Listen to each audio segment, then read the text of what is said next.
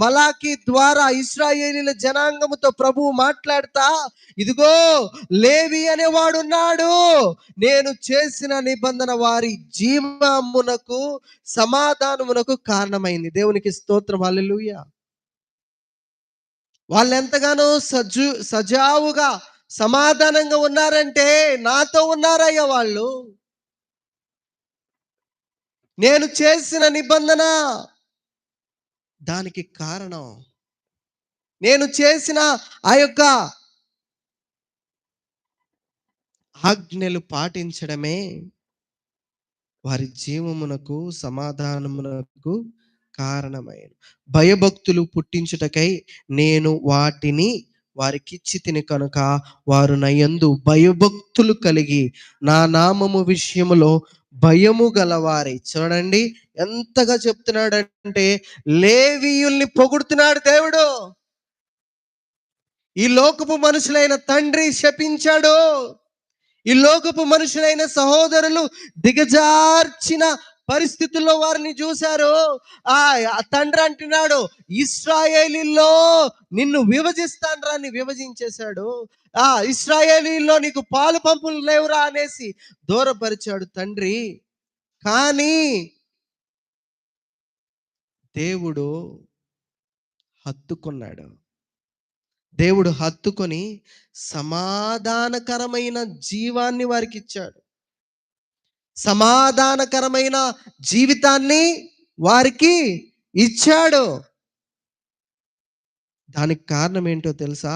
భయభక్తులు పుట్టించుటకై భయభక్తులు కలిగి నా నామం విషయంలో వాళ్ళు భయము కలిగిన వారే ఉన్నారు. భయం ఉందండి ఈ రోజున? దేవుని సన్నిధి అంటే భయం ఉన్నదా? దేవుని మాటలంటే భయం ఉన్నదా? దేవుని యొక్క ఆజ్ఞలు పాటించే విషయంలో భయం ఉన్నదా? బిడ్డల్ని దేవుని యొక్క సన్నిధానములో పెంచే విషయంలో భయం ఉన్నదా? ప్రభు ఈరోజు మాట్లాడుతూ ఉన్నాడు. కొన్ని సంవత్సరాలైపోయింది లేవి గోత్రము అక్కడ స్టాప్ అయిపోయి, లేవి గోత్రము అక్కడ ఉండి చాలా రోజులైంది. మళ్ళీ ఆ లేవీల గురించి కొన్ని సంవత్సరాల తర్వాత ప్రభు చెబుతున్నాడు ఇశ్రాయేలీలతో, ఇదిగో భయభక్తులు కలిగి నా నామము విషయంలో వాళ్ళు జాగ్రత్తగా నడుచుకున్నారు, సత్యము గల ధర్మశాస్త్రము బోధించు దుర్బోధ ఏమాత్రము చేయక సమాధానమును బట్టి యథార్థతను బట్టి నన్ను అనుసరించి నడుచుకున్న వారై దోషము నుండి అనేకులను తెప్పిరి. దోషము నుండి అనేకుల్ని దూరం చేశారంట.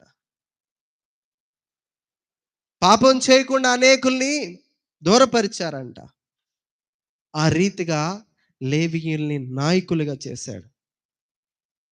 ఒకప్పుడు తిరస్కరింపబడిన వారే, ఒకప్పుడు ఎంతగానో అందరి చేత అవమానింపబడిన వారే, ఒకప్పుడు మూర్ఖముగా ప్రవర్తించిన వారే దేవుని మాటలకు లోబడిన తర్వాత దేవుడు ఇచ్చే స్టేట్మెంట్ ఏంటో తెలుసా? వారు భయభక్తులు కలిగి నా నామము పాటించే విషయంలో భయభక్తులు కలిగిన వారై ఉన్నారండి అని చెప్తున్నాడు. ప్రౌడ్గా చెప్తున్నాడు లేవీల గురించి.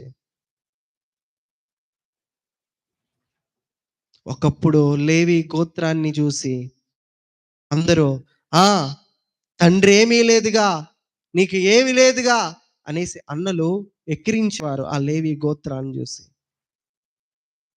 తర్వాత దేవుడు హత్తుకున్న తర్వాత ఎవరైతే వెక్కిరించారో, ఎవరైతే అవమానాలతో గాయపరిచారో వారందరూ ఈ లేవి గోత్రము దగ్గరకు వచ్చి సాష్టాంగ నమస్కారాలు చేసి, కానుకలు ఇచ్చి, ఆ యొక్క ప్రథమ ఫలాలు ఇచ్చి, జ్యేష్ఠ కుమారుల్ని ఇచ్చి ఎంతగానో ఘనపరిచారు లేవి గోత్రాన్ని. ఈరోజు నీ పరిస్థితి